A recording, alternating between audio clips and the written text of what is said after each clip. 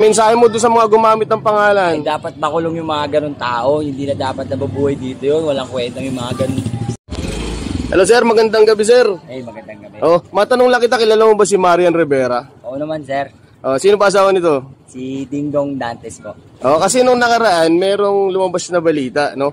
Na ginamit daw itong pangalang Marian Rivera at Chel Jokno na kumuha ng mga confidential fund o spy funds. Naniniwala ka ba dito? Hindi ako naniniwala dun, sir. Kasi sikat na yun, sir, eh. Hindi naman basta-basta ng tao na yun. Dahil artista na yun, sir. Marami nang hinikita yan.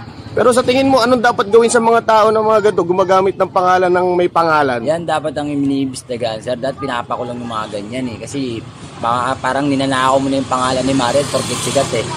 Mahirap yung ganun dahil si Dingdong maya. Yan naman sikat naman yun dahil sa family feud yun. Mensahe mo doon sa mga gumamit ng pangalan. Ay, dapat makulong yung mga ganun tao. Hindi na dapat nabubuhay dito yun. Walang kwentang yung mga ganun, sir. Dapat lumalaban ng patas katulad yung mga rider. Ako, sir, tinan mo, araw-araw kumakain ako para lang sa pamilya ko. Thank you boss, thank you, salamat. Salamat din, sir.